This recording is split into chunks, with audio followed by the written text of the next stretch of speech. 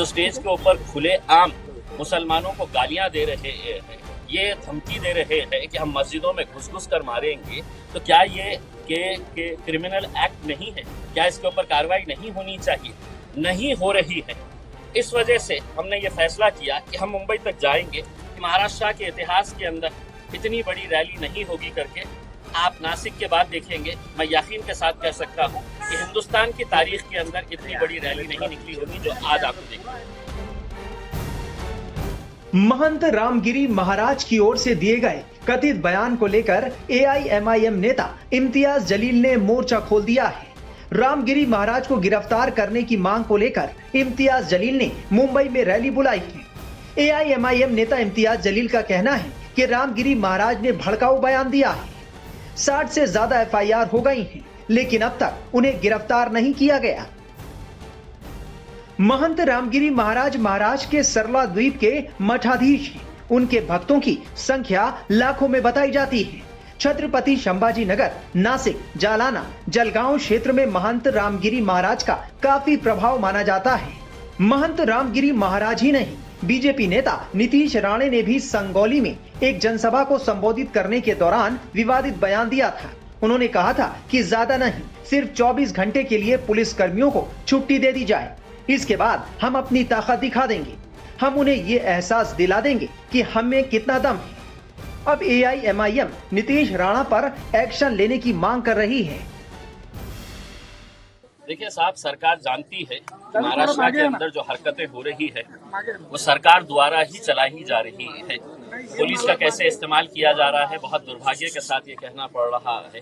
आज महाराष्ट्र में जो जाति, धर्म और मजहब की दीवारें खड़ी की जा रही है, जो दंगा भड़काने की कोशिशें की जा रही है, जो स्टेज के ऊपर खुले आम मुसलमानों को गालियां दे रहे हैं, ये धमकी दे रहे हैं कि हम मस्जिदों में घुस कर मारेंगे, तो क्या ये क्रिमिनल एक्ट नहीं है? क्या इसके ऊपर कार्रवाई नहीं होनी चाहिए? नहीं हो रही है। इस वजह से हमने ये फैसला किया कि हम मुंबई तक जाएंगे और महाराष्ट्र की सरकार, विशेषकर मुख्यमंत्री एकनाथ शिंदे साहब, जिन्होंने उस रामगिरी का समर्थन करते हुए ये कहा था की तुझ्या केशालाही आम्ही हात लावू देणार नाही, म्हणजे इसका मतलब ये है कि जो मानसिकता इस रामगिरी की है वही मानसिकता लेके महाराष्ट्र के मुख्यमंत्री अगर काम कर रहे हैं, तो हम उन्हें यह एहसास दिलाने के लिए जा रहे थे कि ये देश चलेगा तो कायदे के हिसाब से, ये राज्य चलेगा तो कानून के हिसाब से चलेगा। यहाँ पर आप संविधान के हिसाब से कार्य करिएगा, उसमें इस तरीके से किसी एक जाति, एक धर्म के हिसाब से काम मत करिएगा। साथ ही साथ हम पुलिस के वरिष्ठ अधिकारियों को भी ये बताने के लिए जा रहे हैं, महाराष्ट्र का इतिहास रहा है, एक से एक फाइनेस्ट ऑफिसर्स हमने पुलिस ऑफिसर्स महाराष्ट्र के अंदर देखे हैं। क्या वजह है कि 60 एफआईआर रजिस्टर होने के बावजूद भी कोई पुलिस वाला काम करने के लिए तैयार नहीं है, एक्शन लेने के लिए तैयार नहीं है। इसलिए नहीं लेने के लिए तैयार है कि इनके माई बाप जो है, जो मुख्यमंत्री है, वो आके कहे हैं कि नहीं, इसको कुछ करना नहीं है, इसके बाल को भी धक्का लगना नहीं चाहिए। जब उन्होंने कह दिया है तो उनके नीचे के जो प्यादे हैं वो स्टेज के ऊपर खड़े रह के मुसलमानों को हर रोज गालियां दे रहे हैं। तो हम सिर्फ अकेले मुसलमान जा रहे हैं ऐसा नहीं है।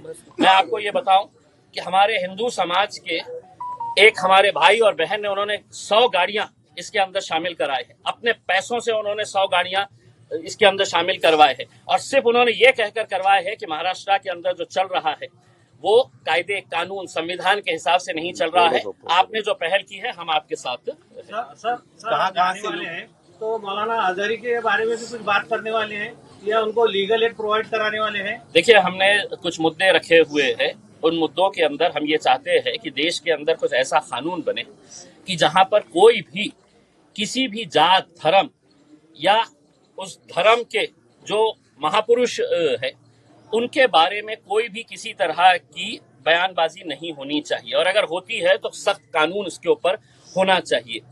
दूसरी हमने मांग की है कि ये जो राणे टाइप के पिलवा छोड़े गए हैं, इनके ऊपर कार्रवाई करेंगे या नहीं करेंगे?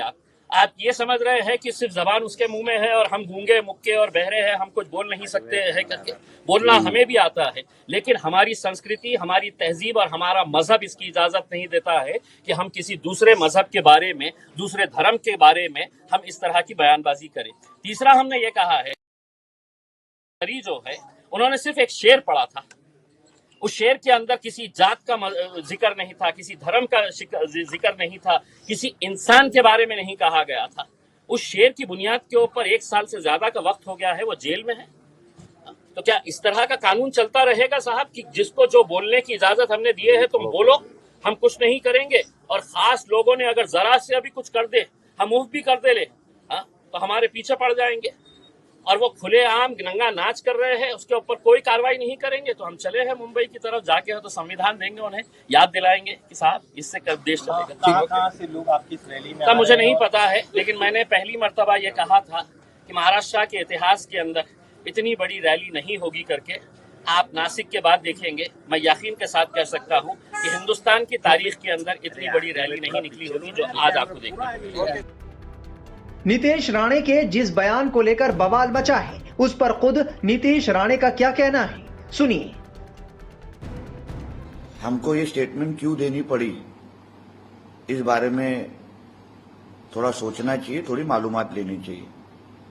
जब से हमारे महंत रामगिरी महाराज जी ने एक स्टेटमेंट दी है, उसके बाद जो जो व्यक्ति ने उस स्टेटमेंट का समर्थन किया है, जो जो व्यक्ति ने उनके स्टेटमेंट का व्हाट्सएप स्टेटस रखा है, उनके घर पे जाके उनको मार डालने की धमकी दी जा रही है। पूना में पिछले हफ्ते पूना जिलाधिकारी कलेक्टर ऑफिस के बाहर एक मोर्चा निकाला गया, और इस वो मोर्चे में रामगिरी महाराज जी को धमकाया गया और सर तन से जुदा इस तरीके की घोषणाएं दी गई। तो मतलब हमारे महाराष्ट्र का हिंदू समाज जो जो रामगिरी महाराज को समर्थन करेगा, उसको आप मार डालोगे क्या, उसका सर तन से जुदा करोगे क्या? डॉक्टर बाबा साहब अम्बेडकर जी के संविधान के माध्यम से जो कुछ सजा अभी एफआईआर रामगिरी महाराज जी के ऊपर भी हुई है, जो सजा उनको एफआईआर के माध्यम से होगी, वो केस इन्वेस्टिगेशन होगा, स्टेटमेंट देखा जाएगा, उसके बाद होगा ना। मगर ये मार डालने की जो कि धमकियां दी जा रही है हिंदू समाज के अलग अलग लोगों को, हमारे देश में, हमारे महाराष्ट्र में शरिया कायदा अभी तक लाया गया नहीं है। तो इसलिए अगर आप हमको सर तन से जुदा की घोषणाएं देंगे, तो हम किसी पार्टी के आमदार होने के पहले, किसी पार्टी के कार्यकर्ता होने के पहले, हम भी एक हिंदू है, और हम भी उसी तरीके का एक्शन टू रिएक्शन देंगे। उसी तरीके, वही तरीके का संदेश कल हमने हमारे मोर्चा और हमारे सभा के माध्यम से दिया है। आपका गब्बर वाला स्टेटमेंट भी आया हो नहीं, क्योंकि महाराष्ट्र में रहने वाला जो हिंदू समाज, उसको जो अलग अलग तरीके से डराया जा रहा है, उस परिस्थिति को देखते हुए हमारा हिंदू समाज भी किसी से डरता नहीं। हम भी हिंदू समाज के साथ में हैं। हमारे तरफ कोई गलत नजर से देखेगा तो हम भी चुप बैठेंगे नहीं, और उसी को नजर में रखते हुए मैंने वो गब्बर का स्टेटमेंट मैंने दिया था। एआईएमआईएम का कहना है कि महाराष्ट्र के मुख्यमंत्री और डीजीपी मामले का संज्ञान लेकर तत्काल उचित कार्रवाई करें, संविधान का पालन करें। फिलहाल इस पूरे मुद्दे पर महाराष्ट्र की सियासत गरमाई हुई है।